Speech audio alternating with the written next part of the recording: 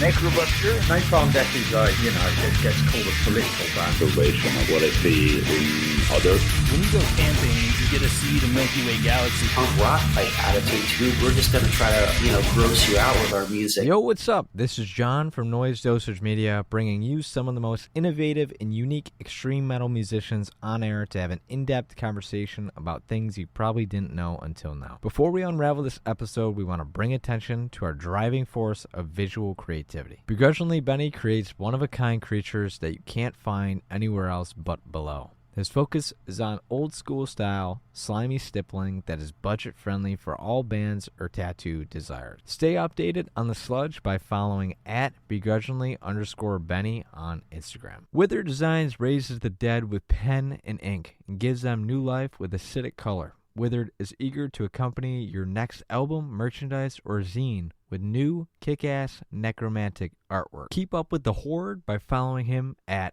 withered_designs on Instagram. Thanks for tuning in, and let's dive into this. All right. So, Niclas. Yes.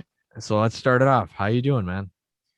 I'm doing good. I just had a walk through memory lane tonight. Some childhood friends of mine who's doing a documentary. Nice. A documentary from where we grew up, bodies from the, like at the age of 5 and up till 20. Oh, wow. So it was we went to the old school and all that. And it was really, really fun and nice to meet them again. I haven't seen them in 30 years, maybe. Wow. Yeah, that's crazy. I'm thinking about doing like a interview style documentary when the pandemic rolls over. I just think documentaries are just so interesting because it is. There's just something about it, like especially music and like the metal scene. It just catches so much attention nowadays because not a lot of people do them. Yeah, totally.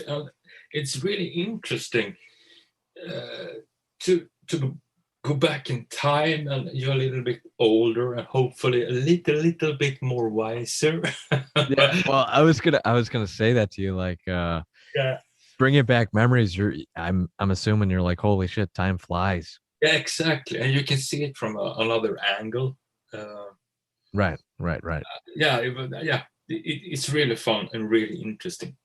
So I want to bring up before we get into this, the first ever like legitimate metal show was In Flames, and that was with, I think it was All That Remains in United States, Buffalo. Yeah. And wow, man, it was such a good show. Like the lighting was like perfectly. It was really like, for me, coming from a classic rock background and then going to that show. Yeah. And just being like submerged in the melodic guitar parts and everything, I was like, this is like something else. I'm into it. Yeah, that's the power of magic, I think. Yeah. Was that your first concert ever? No, it wasn't my first concert ever, but it was my first like metal show. Okay, yeah. And I think it was, who the heck else was on that? Was it Periphery, All That Remains? Does that ring a bell? Yeah, totally. Yep. Yes, that was it. Yeah. I still have the ticket stub. Yeah. Cool. It was a good tour. Great bands. Do you remember anything in specific that sticks out from that tour? That you always remember something from a tour. What I remember is, I met the guys in All That Remains for the first time, and I got to play a lot of guitars with Ollie. That was really, really nice, and he was awesome.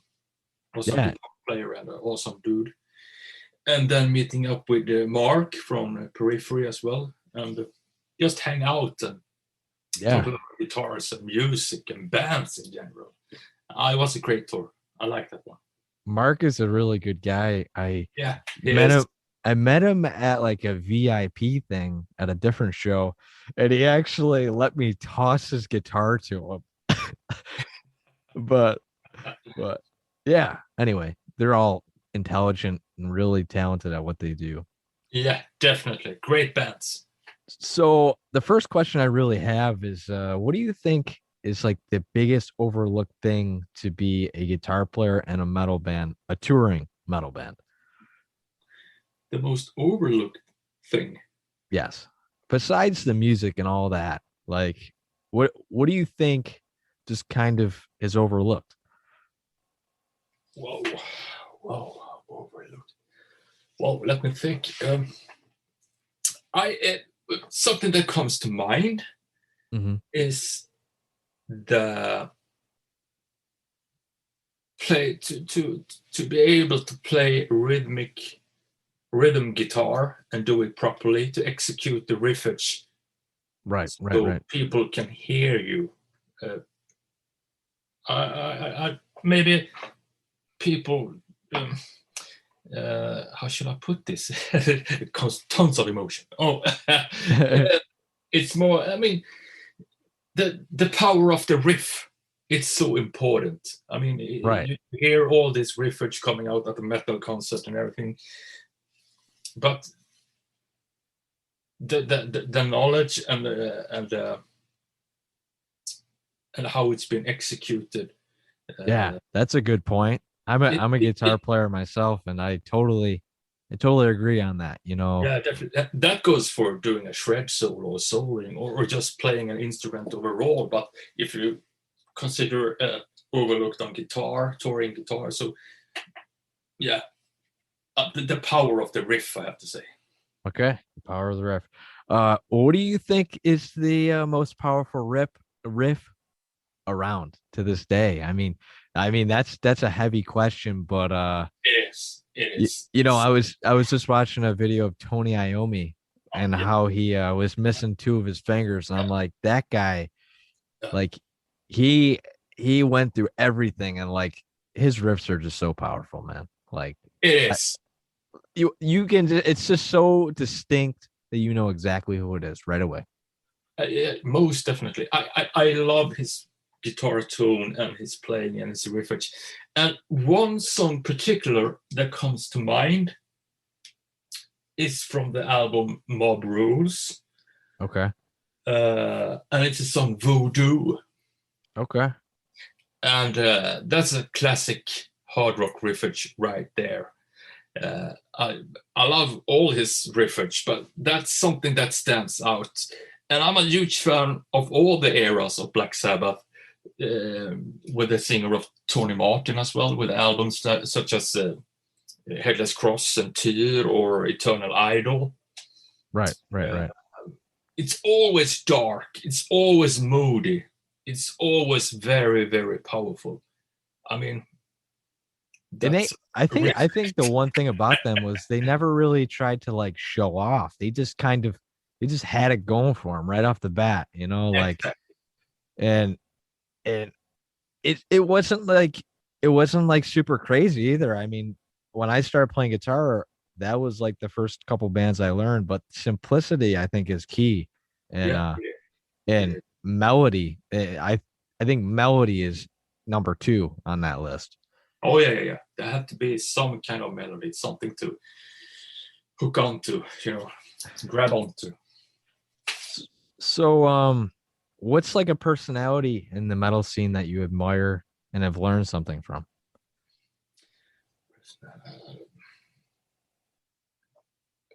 Whoa, humble. Yeah, somebody humble for sure. Yeah. I mean, there's a lot of personalities out there. I mean, I just mentioned Mark from Periphery or Ole or uh, just guys who love what they do and put heart and soul behind it, and who can share that love or here's a riff, what do you think about this, or this is really cool, this is where you Right, can right, where you feel instantly that you become buddies. right, right. Okay. How about a personality like during the pandemic that might have like helped push like I'm assuming that you've been writing a lot. I have for sure. Yeah. Is there anybody in specific that you've been sending music out to where they've kind of been like, pushing you forward through all this stuff? Yeah, uh, this is. It's been a year. It's been a times of having time for doing stuff.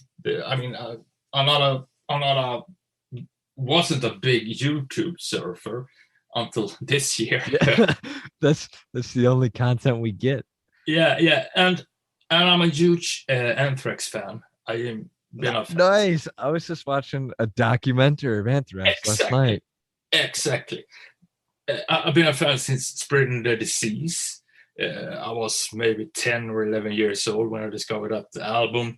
We had something over here in Sweden called Super Rock. No, Sky Channel, which came from England. And there was this host, Mick Wall, I think. And here is a new video, Madhouse, with a band Anthrax. Wow! Yeah. Madhouse. Wow! The riffage and they looked cool and the plays so cool. So I love that band. Yeah. They got me inspired by just looking at these documentaries or seeing interviews with Scott Ian or Charlie Benante or the whole band. Right. That was wow. They're still going at it. They still love what they do. Have you listened to the newest album? Like, I think I wouldn't call it new right now, but the latest one is just so good. For All Kings, you mean? Yeah. Awesome. Love it.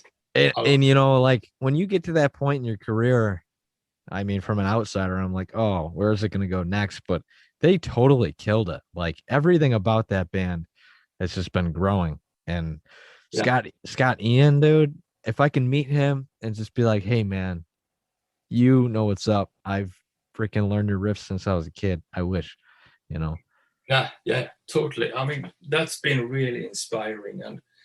And talking about the latest Mr. Bungle album that you put together, Mike Patton, that's just a feast of old school thrash metal, like Anthrax, SOD, Nuclear Assault, and all that stuff. It's just amazing. I love it. Nuclear Assault, man. Dan Loker is like right down the street from me every day. Oh. He's only like an hour away. He works at a record store, and I see him every time I go there. Okay. I've yet to do an interview with him though. I just have to do that. I got to do it. Yeah.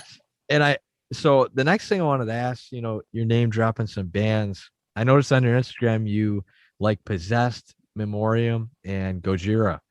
Yeah. So I've talked to Possessed, I've talked to Memoriam, I haven't talked to Gojira, but I'm just curious, what do you think of the new Memoriam album? I love it. I love it. I like that heaviness. That do I dare to say this? But I say it anyway. Excuse me. But it's old school death metal, bolt thrower, muscular riffage. Yeah. I still love that stuff. I'm stoked on that. Vibe. I love that.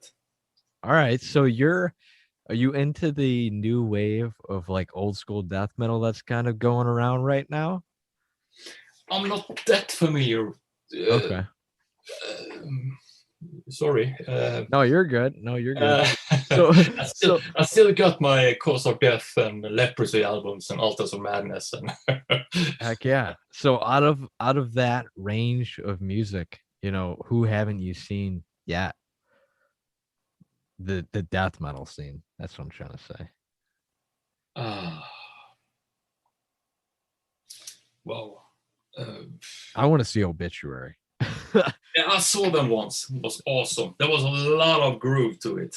Oh yeah, that's what they have. That's like every band has a trick, man, and that is like them is this groove. That was really, really heavy and groovy. Have you seen Possessed? Excuse me? Have you seen Possessed? No, never. Dang, me neither. I want to see them. That would be awesome. Yeah. But Gojira, I have seen. Have you? Yeah, me too. Okay, I've seen them twice, and they, I would say that they're one of the best bands I've seen live. Like sometimes, you know, you hear a band on record and then you hear them live and they're not Yeah. the same. But Gojira, holy crap, man. Yeah. I can imagine it's even heavier live. And that new song, Amazonia, Yeah. I think it's the coolest thing what they're doing right now with Yeah. that cause. Yeah, definitely. With that cause. So I got a few more for you. You know, how have you been coping with the pandemic? And has this made it easier for you to generate more musical ideas, or has been swaying?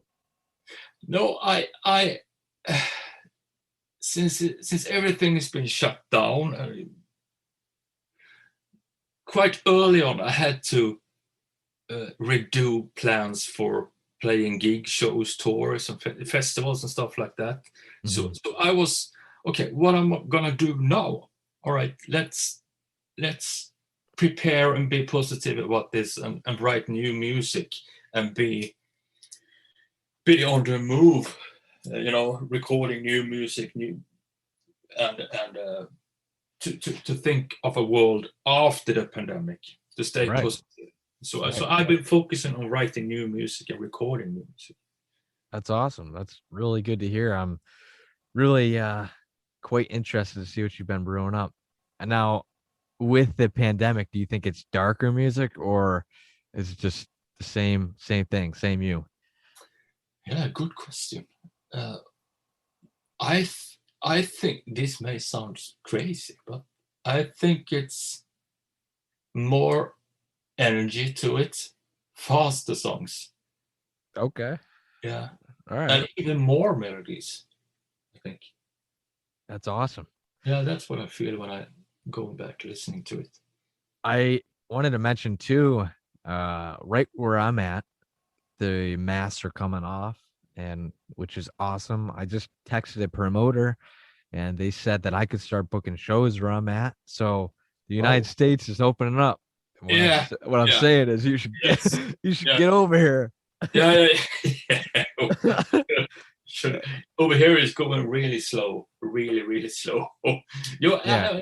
I've been seeing a lot of bands going out this summer Yeah. in the States. I want to go to Maryland Death Fest Oh yeah, in yeah. 2022. Have you ever been to that festival? Never been to that. Okay.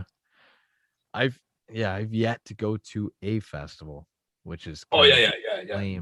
lame for Just the me. feeling of standing and watching a band with, with a bodies, and Yeah. just the feeling of live music, meeting people who's happy, Oh man. cheerful, I amazing. I think people are gonna, especially local shows. I feel like local bands are gonna get a lot more respect. You know, Yeah. I feel like people are. It doesn't matter which show is gonna happen. I feel like people are gonna go. No, yeah. So, all right, No. we got two more here. We'll give you the easy one first. Biggest hurdles in the music industry right now, and how would you fix it? A lot of people have said to me, Spotify streaming, but maybe give me something that people wouldn't expect. I don't know.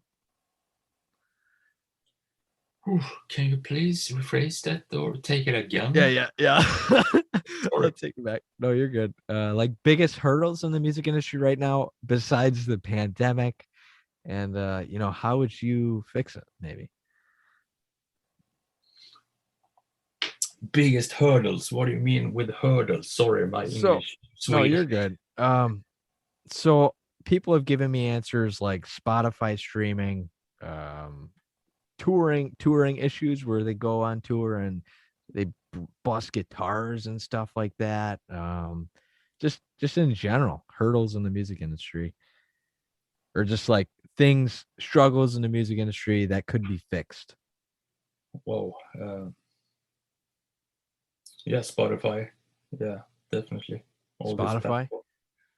platforms that could maybe. Wow, there's a tons of stuff. I mean, Right.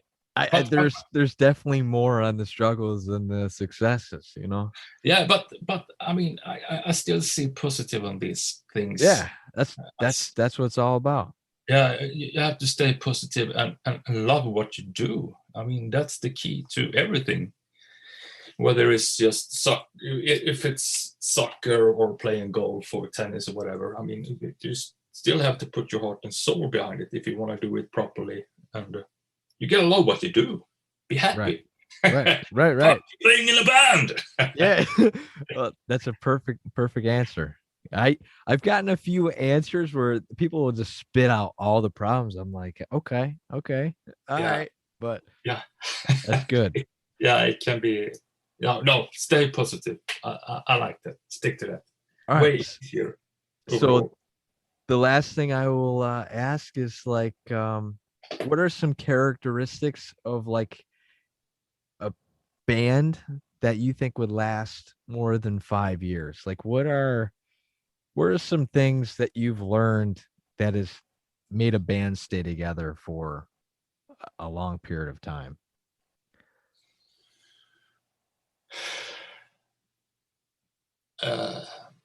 It has to be a little bit like the previous answer. Love what you do. Okay. And really like each other, and to have the same visions and goals, yeah, and to share, you know. Yeah, that's a good point. Now, would you say off of that, you know, are breaks like necessary? Hey, what? Breaks, just like in general, like if the band's just kicking ass for years and years, do you think like breaks for a year are necessary? Yeah, I mean, I think so. Maybe. I mean, doing the same thing all over and over and again. Sometimes you need just a breather, maybe. Right. Okay. I think that's healthy. Right on. So, what do you have now? I'll open up the table to you to promote things that you got going on in the future. Just whatever you'd like to promote. I'm writing a lot of stuff for a thing called Obey the Riff, which is a celebration and a hymn to the almighty riffage. Yes, an homage to the riffage. Yeah, exactly. We all do love riffage. If there's no riff, there is no song. Exactly. All right. But like you're into classic rock? I am, yes. I get the whole. It kind of spiraled from Van Halen and Jimi Hendrix. Oh. How about you? Yeah, Van Halen. My God. Van Halen? Oh, I could talk about Van Halen for years. Yeah, like me too. Hours. And you can always put on Van Halen albums, and it's always a feel good vibe to it. Always, yeah, it's nice, you know. You know, I want to bring up the fact of, have you listened to the new Wolfgang EP, like his son's EP? Now I just heard the first single, which was amazing. I loved it. Was that the one like the homage to his father? Yeah, Distance, right? Oh man, that's so sad. Yeah, so beautiful.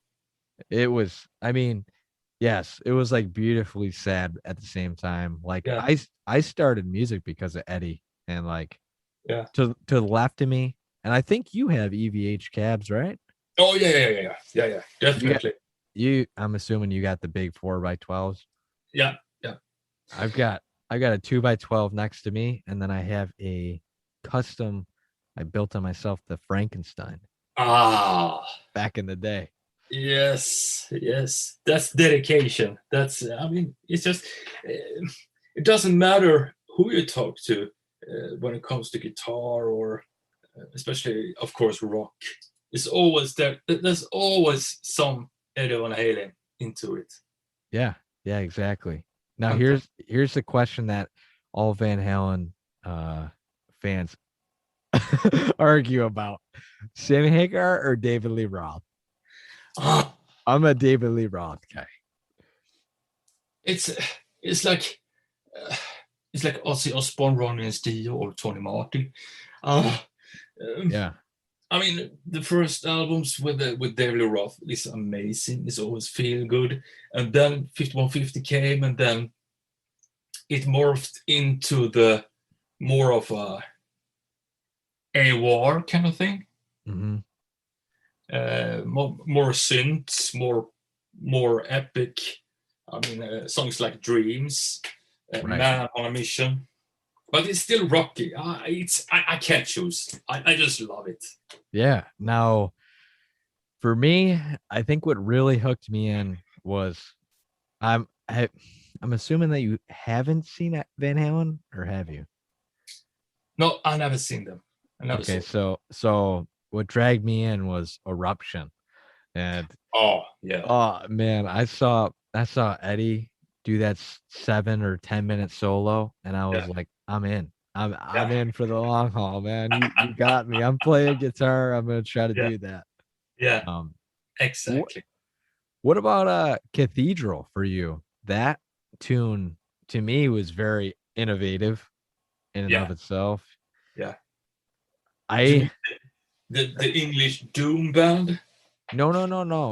I'm talking about. No. I lost it. Yeah, Cathedral. Yeah, that was really. It's from Dividon, right? Say it again. So. I'm not sure the song name, but it's where he uses the volume pot. Oh yeah, song Cathedral. It's from Dividon. Yes, it's amazing. I mean, we can go on. We can talk about. Oh man, Main Street, the song Main Street. Yeah, Business on Main Street. Oh god. Unchained. Yes, Unchained. Oh, okay, so here's one. Here's one. Favorite album. You know, if I were to ask myself, you can go first, and I'll have to think about it. Okay. What's like your favorite Van Halen album, and like why? Like, what are some elements to that album that kind of stand out from the rest? Well, I have some really funny memories of the first album. As I told you previously, I went to meet some old friends of mine at the suburbs and where I grew up. And I used to hang around with the older crowd at that suburbs. And those guys were maybe 5 or 6 years older than me.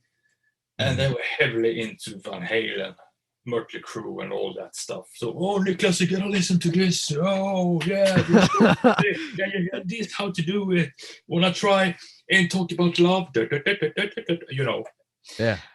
So I got fed on all these albums. So I couldn't deny the power of it. Right. When I started at 7th grade, one of those guys were my youth center leader. Okay. And he arranged a air guitar competition. All right, Niclas, you gotta be in it. Yes, come on. Yeah, I'll sign you up for it. Okay. And he put on, I want you to do Eruption and Ice Cream Man. Okay. And that's from the first album. So I did that one, and I came second. And listen to this, I won a banjo. You want a banjo? Want to do an air guitar? It's the second place. And the first prize was a ticket to see Accept, I think. Oh, wow. Yeah. So I will say a funny story. So I was in California, and I haven't said this on the podcast. Nobody really knows I'm a big fan of Van Halen, but so I was in California, and me and my dad's a huge fan, and we're like, we got to find some cool stuff to do. And we found, if you go online, there's a lot of magazines that talk about how Eddie and the whole band used to go to the liquor store down the street, right? Okay. But they engraved Van Halen in the concrete right outside of the liquor store. Yeah. And I took a picture right next to that. It was just so cool because like I got to see his childhood home, and then on top of that I got to visit the liquor store that they got drunk at for years. Classic. I would do the same, definitely. But yeah, 1984. That's the winner for me. Just everything about that album, it has just amount of radio friendly music, but then it's got some stuff that blew my mind as a kid. Yeah, with guitar. definitely. And the songs, it's Yeah. a lot of cool song. Hot for Teacher, the intro, Oh yeah. Oh yeah.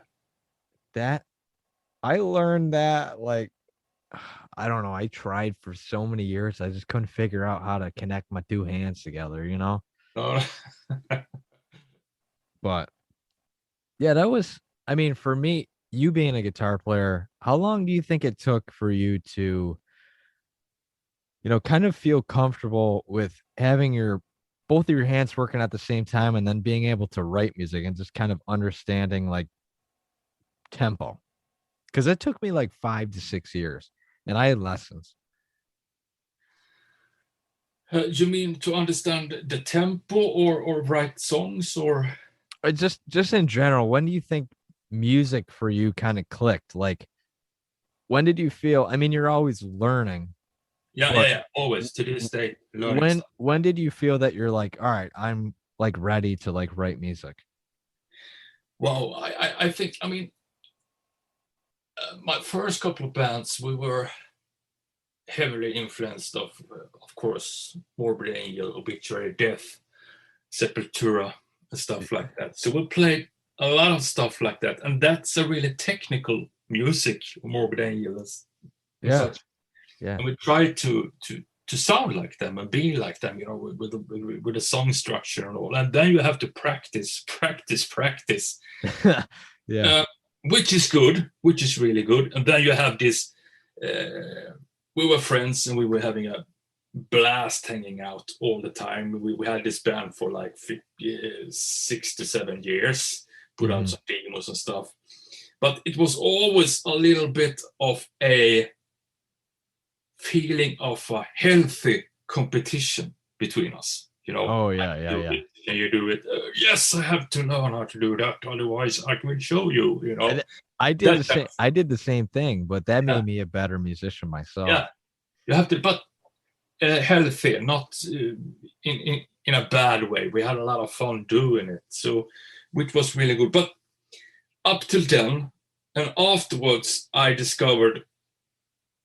picked up on Soundgarden, Alice in Chains, and stuff like that. Nice. How about Incubus? No, I didn't. That was before Incubus, I think. Oh, okay. So, and that was more of a classic rock song. I mean, an amazing song as Alice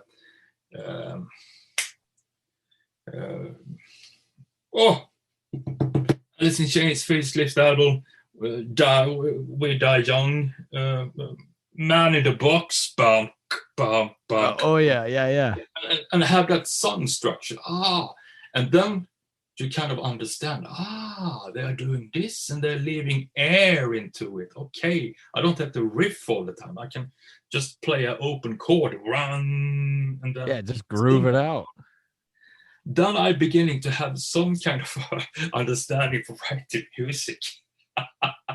Yeah, just figuring out like it doesn't have to be like a tech death band all the time. Shredding. No, not at all. Another album which was hugely influential to me was The Cult, Sonic Temple. Okay. I love that album and the playing of Billy Duffy. Okay. Now, what's some music that people wouldn't really expect you to be listening to? Like for example, like I love U2. Like that's a band that people are like, why the hell do you listen to them? And there's just something about them, man. They're just a really good band. Like they just they understand what catches a musician's ear and just normal person. Yeah, and the power of writing hooky songs which stays forever. Yeah. No, we are talking about guilty pleasures here, right? Yeah. Guilty pleasure bands that your friends are like, why the hell do you listen to that? Okay, are you ready? Yep. I just listened to one of those albums this morning. Okay. When I woke up. The first one is Peter Gabriel's album So. Okay. I'll have to And write that one down. Yeah, it's got these hits like Sledgehammer and Red Rain and such. Oh, man, It's an amazing album. Let me write I that. love it. And the second one, I'm sure you have heard tunes from this album in at least 10 movies. Okay. And it's Massive Attack Mezzanine. Massive Attack. Yeah. Songs like Angel, Rising Sun, Teardrops, Inertia Creeps. Rising Teardrops. I'll check that one out. So good. That's those albums that's a little bit out there.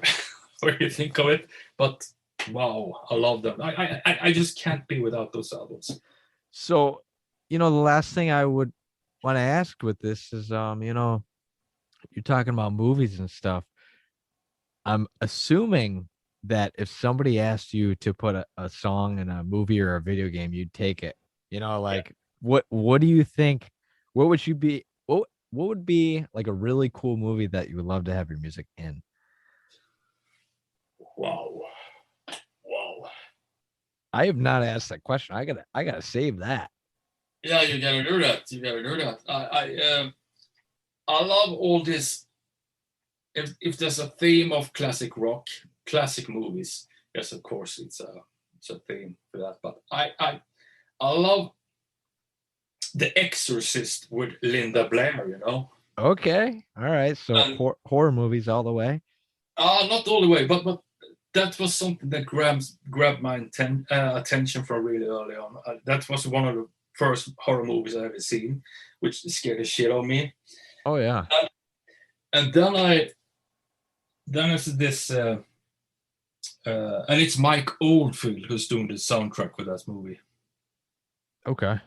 And it's just amazing soundtrack. I would do it with Chucky. I don't know if have you watched Chucky? Was it that doll? Yes, the doll with the orange hair. Yeah. It's terrifying. Yeah, it is. It's absolutely terrifying. Yeah. But Niclas, yes. it was an awesome time talking to you. Van Halen, we could talk about that for freaking hours on end. But maybe in the future we'll do an episode just with people I've talked to that love Van Halen, because it's just a topic that I just always come across that people could go on and on for.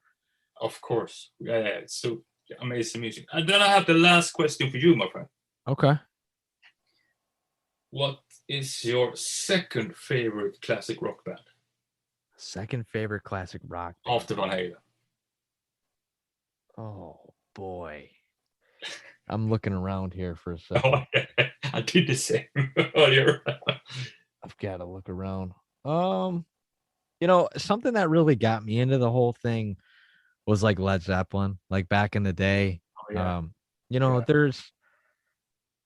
There's just so many good riffs that they did. Oh, yeah. And I mean, like, some people can go, oh, they stole music, but at the same time, they're a legendary band. Like, amazing. Anything. I mean, Led Zeppelin and Van Halen were my like upbringing. So but that's it. I'd have to catch them with Led Zeppelin. Yeah, I think I have to play some Led Zeppelin after this conversation. Yeah, you'll be playing that for the rest of the night. Yeah, totally. They just have or Pink Floyd. I totally forgot about Pink Floyd. They'd probably top Led Zeppelin. Okay. Because Animals? Have you listened to Animals by Pink Floyd? Sorry, excuse me. I just had that. How old are you? Me? Yeah. I am I'm turning 22 in June. Wow. So I'm not too old, not too young, but whatever. Yeah. That's a really cool thing to start with classic rock. That's really good. Yeah, I didn't get thrown into the metal thing first. People are like, why'd you listen to classic rock? And I'm just like, that's my roots, man. Oh, Like, yeah. and it was probably a good thing, because if I didn't do classic rock, I mean, for you, you'd probably say the same thing. I wish I would have been brought up on classical music. Me? Yeah, I mean, as a guitar No, player, but, I'm happy with Van Halen and Accept and stuff like that. have you seen those classical guitar players like play? It's amazing. It's amazing with on acoustic on nylon strings. Oh my God. Like, in my opinion, they're like the most talented of them all. Like, Oh yeah, oh yeah. it's a whole nother level of music. It is to get the tune out of acoustic guitar. No, it's a It's it's absolutely insane. But it is. Nicholas, thank you Yes. for hanging out. It was really a good time, and I really enjoy when I just kind of go off script and have like a legitimate conversation, and that definitely was. So Thank you so much. it Nice talking to you, my friend.